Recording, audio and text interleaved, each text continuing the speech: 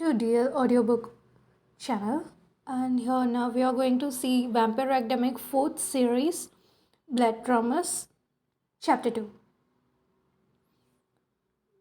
Going for her instead of me was bad, from on the Strigoi part.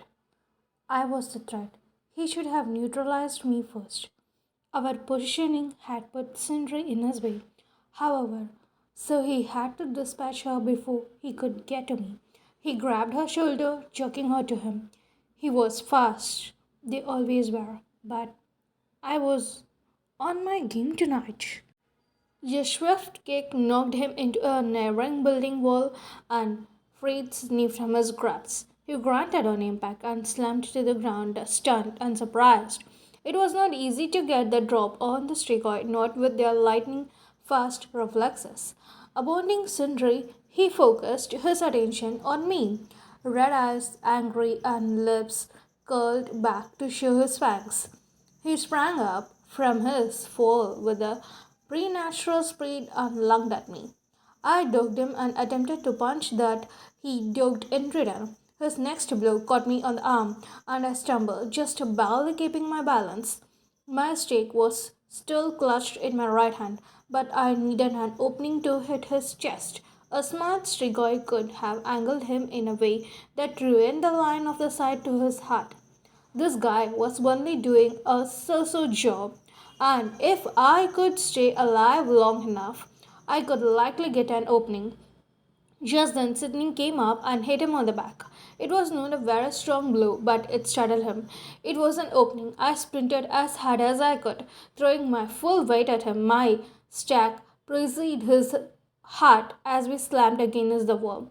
It was as simple as that. The life, or undead life, or whatever faded away from him. He stopped moving. I jerked out my stake. Once I was certain he was dead and watched as his body crumbled to the ground. Just like with every Strigoi I could kill lately, I had a momentary squirrel feeling. What if this had been Drummond? I tried to imagine Drummond's face on the Strigoi. Tried to imagine him lying before me. My heart twisted in my chest. For a split second, the image was there, then gone. This was just some random Strigoi.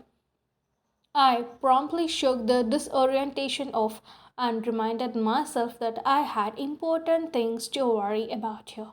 I had to check on Sydney. Even with a human, my protective nature could not help but kick in. Are you okay? She nodded, looking shaken, but otherwise unharmed. Nice work, she said. She sounded as though she was forcibly trying to sound confident. I have never I have never actually seen one of them killed. I could not imagine how she could have, but then I don't get how she knew about any of this stuff in the first place. She looked like she was in shock, so I took her arm and started to lead her away. Come on, let's get out to where there is more people. Strigoi, looking near the night angle, was not that crazy of an idea. The more I thought about it, what better place to stack Morai than at one of their hangouts? Though, hopefully, most guardians could have enough sense to keep their charges out of alleys like this. The suggestion of departure snapped Sydney out of her haze. What? She exclaimed. You're just going to leave him too? I threw up my hands. What do you expect me to do? I guess I can move him behind those trash cans and then let the sun ingrate him. That's what I usually do. Right. And what if someone shows up to take out the trash or come out of one of those black doors? Well, I can hardly drag him off or set him on fire. A vampire barbecue could kind of attract some attention, don't you think? Sydney shook her head in expiration and walked over to the body. She made a face as she looked down at the Strigoi and reached into her large lethal purse. From it, she produced a small vial. With a deft motion, she sprinkled the vial contents over the body and then quickly stepped back. Where the drops had hit his corpse, yellow smoke began to crawl away. The smoke slowly moved outward, spreading horizontally rather than vertically. until it cocooned the strigoi entirely. Then it contracted and contracted until it was nothing but a fist sized ball. In a few seconds, the smoke drifted off entirely, leaving an incopious pile of dust behind. You're welcome, said Sydney flatly, still giving me a disapproving look. What the hell was that? I exclaimed. My job. Can you please call me the next time this happens? She started to turn away. Wait, I cannot call you. I have no idea who you are. She glanced back at me and brushed blonde hair out of her face. Really? Are you serious? Or not you? I thought you were all thought about us when you graduated. How, well, funny thing, I kind of don't graduate. Sydney's eye widened. You took down one of those things, but never graduated? I shuddered, and she remained silent for several seconds. Finally, she signed again and said, I guess we need to talk. Did we ever? Meeting her had to be a strange thing that had happened to me since coming to Russia. I wanted to know why she thought I should have been in contact with her and how she could deserve that Strigoi corpse. And as we returned to the busy streets and walked towards a cafe she liked, it occurred to me that if she knew about the Morai world, there might be a chance she also knew where Dremet's village was. Dremet. There he was again, popping back into my mind. I had no clue if he really could be looking near his hometown, but I had nothing else to go on at this point. Again, that weird feeling came over me. My mind, blood Dremet's face with that of the Strigoi I could just kill. Pale skin, red ringed eyes, no, I sternly told myself. Don't focus on that yet. Don't panic. Until I faced Dremet, this regard, I could gain the most strength from the remembering Dremet. I laughed. With his deep brown eyes, warm hands, fierce embarrassed. Are you okay? What's your name is? Sydney was staring at me strangely, and I realized we had come to an halt in front of a restaurant. I don't know what look I wore on my face, but it must have been through to rise even her attention.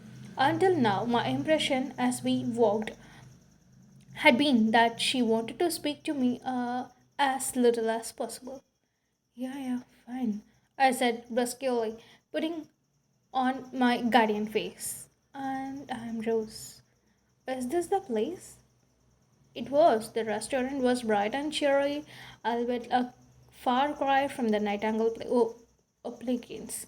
We slid into a black leather, by which I mean fake plastic leather booth, and I was delighted to see the menu had both American and Russian food. The listening were translated to English, and I nearly drooled when I saw fried chicken. I was starving after not eating at the club, and the thought of deep fried meat was luxurious after weeks of cabbage dishes and so called McDonald's. A waitress arrived and Sydney ordered in fluent Russian, whereas I just pointed at the menu. Huh. Sydney was just full of surprises. Considering her harsh attitude, I expected her to interrogate me right away. But when the waitress left, Sydney remained quiet, simply playing with her napkin and avoiding eye contact. It was so strange. She was definitely uncomfortable around me. Even with the table between us, it was like she could get far away, enough away.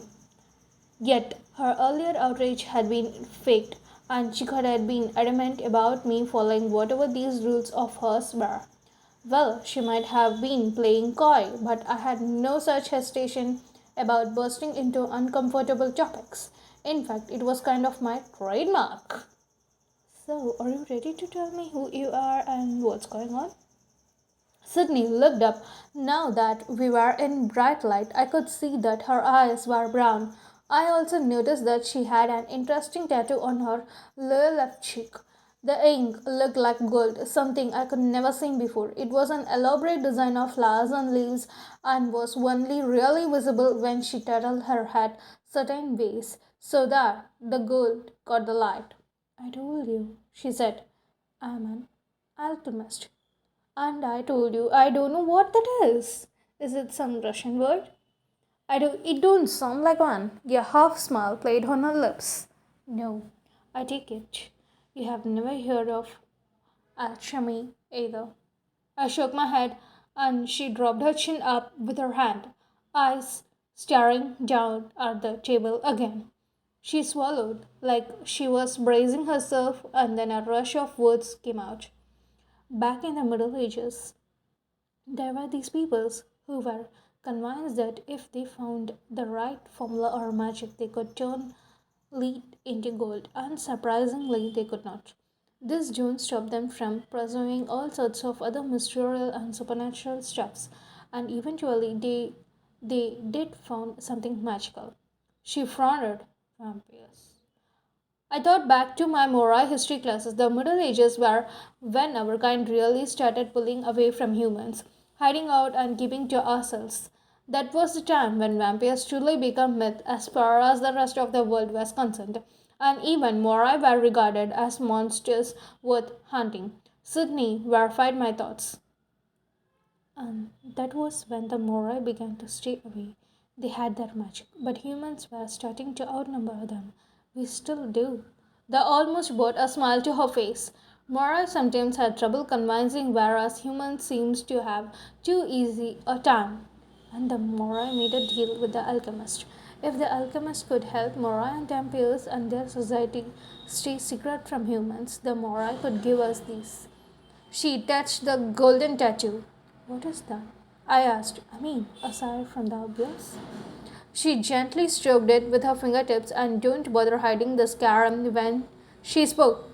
My guardian angel. It is actually gold, and she grimaced and dropped her hand. Morai blood, charmed with water and earth. What? My voice came out too loud, and some people in the restaurant turned back to me. Sydney continued speaking, her tone much lower and very bitter. I'm not thrilled about it, but it is our reward for helping you guys. The water and the earth bind it to our skin and give us the same traits more I have. Well, a couple of them. I almost never get sick.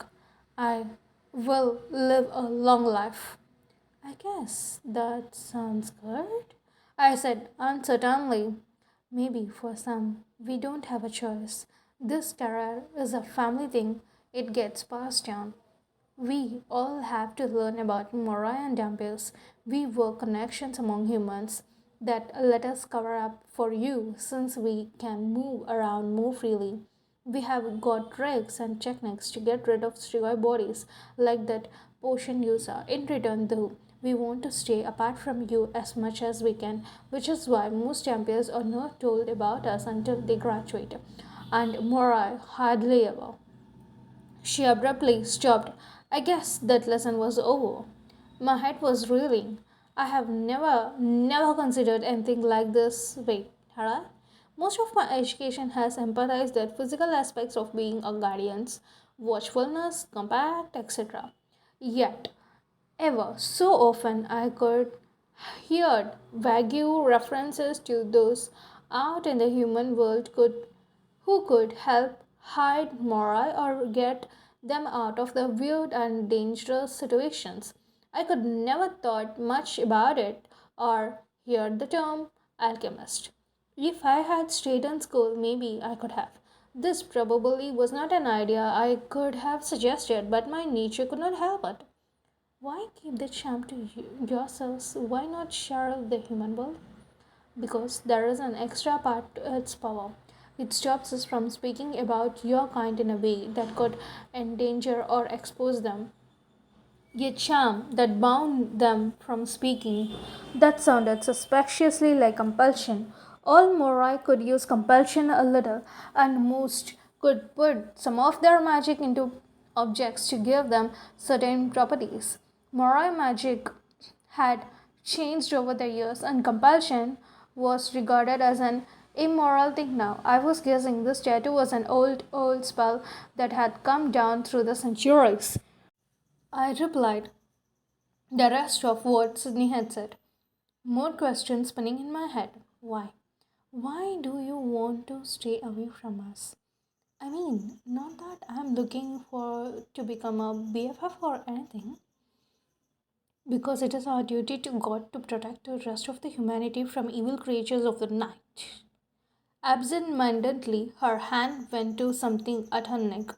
It was almost It is mostly covered with her jacket, but a parting of her collar briefly revealed a golden cross. My initial reaction to that was uneasy, seeing as I was not very religious.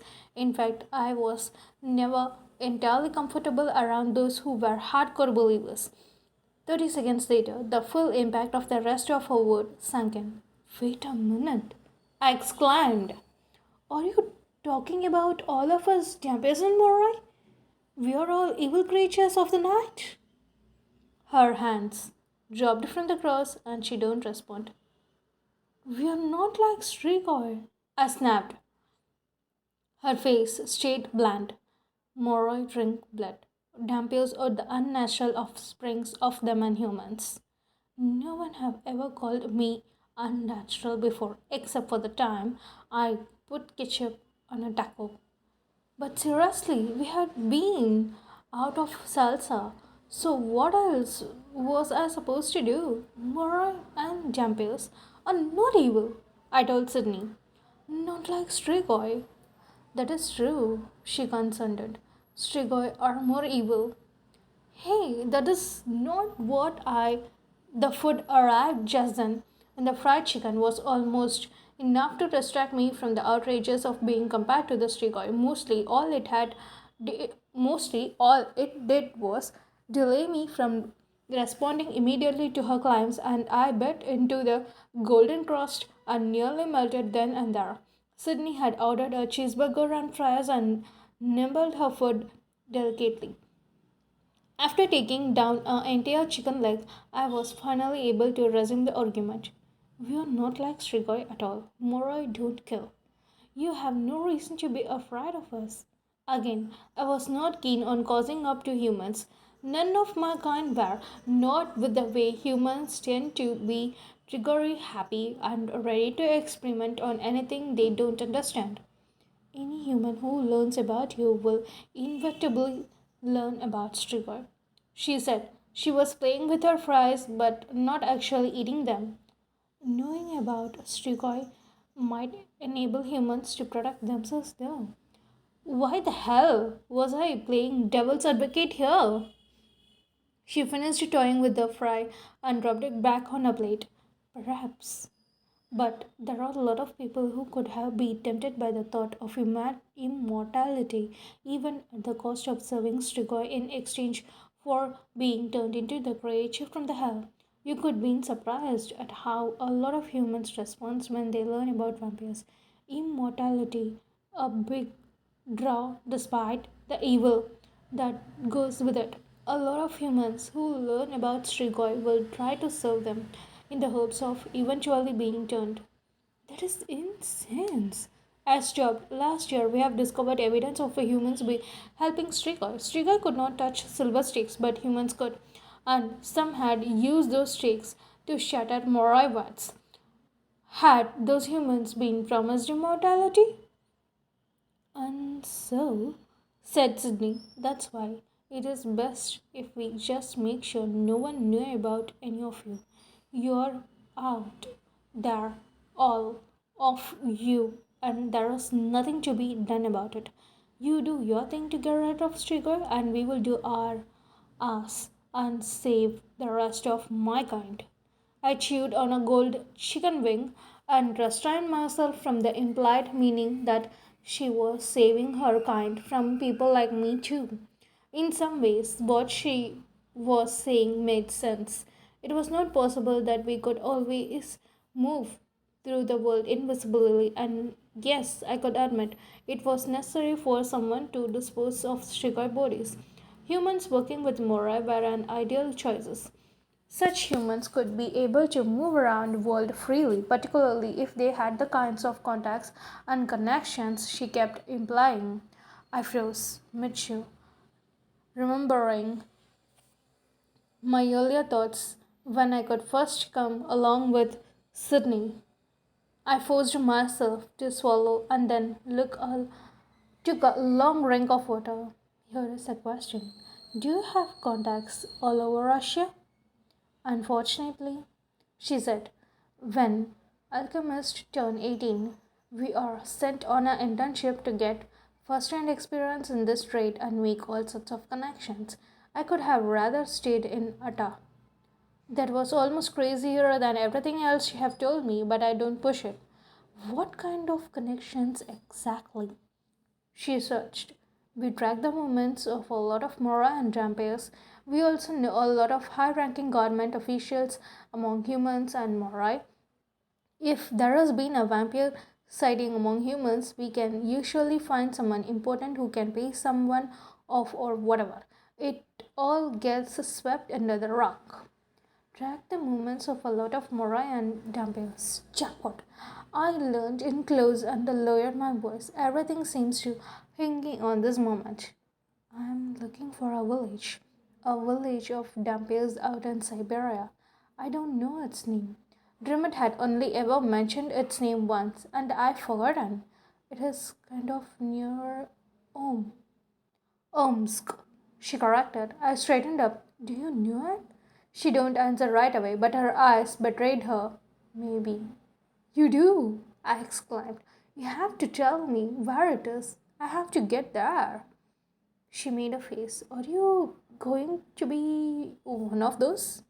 So, alchemists knew about bloodhounds. No surprise if Sydney and her associates knew everything about the vampire's world, they could know this too. No, I said humbly. I just have to find someone. Who? Someone. That almost made her smile. Her brown eyes were thoughtful as she munched on another fry. She could only take in 2 bites out of her cheeseworks, and it was rapidly growing cold. I kind of wanted to eat it myself on principle. I will be right back, she said abruptly. She stood up and strode across to a quiet corner on the cafe. Producing a cell phone from that magical purse of hers, she turned her back to the room and made a call. I could polished off my chicken by then and helped myself to some of her fries since it was looking less and less like she was going to do anything with them. As I ate, I pondered the possibilities before me, wondering if finding Dremit's town could really be this simple. And once I was there, could it be simple then? Could he be there, living in the shadows and hunting prey? And when faced with him, could I really drive my stake into his heart? That unwanted images came to me again. Dreamets with red eyes and Rose. I blinked. I got totally spaced out and Sydney was back. She slid back into her spot across from me. So it's look like she paused and looked down. Did you eat some of my fries? I had no clue how she knew. Seeing as it was such a huge stack, I could barely make a dent. Figuring me stealing fries could count as further evidence of being an evil creature of the night. I said glibly, no. She frowned a moment, considering, and then said, I do know where this town is. I have been there before.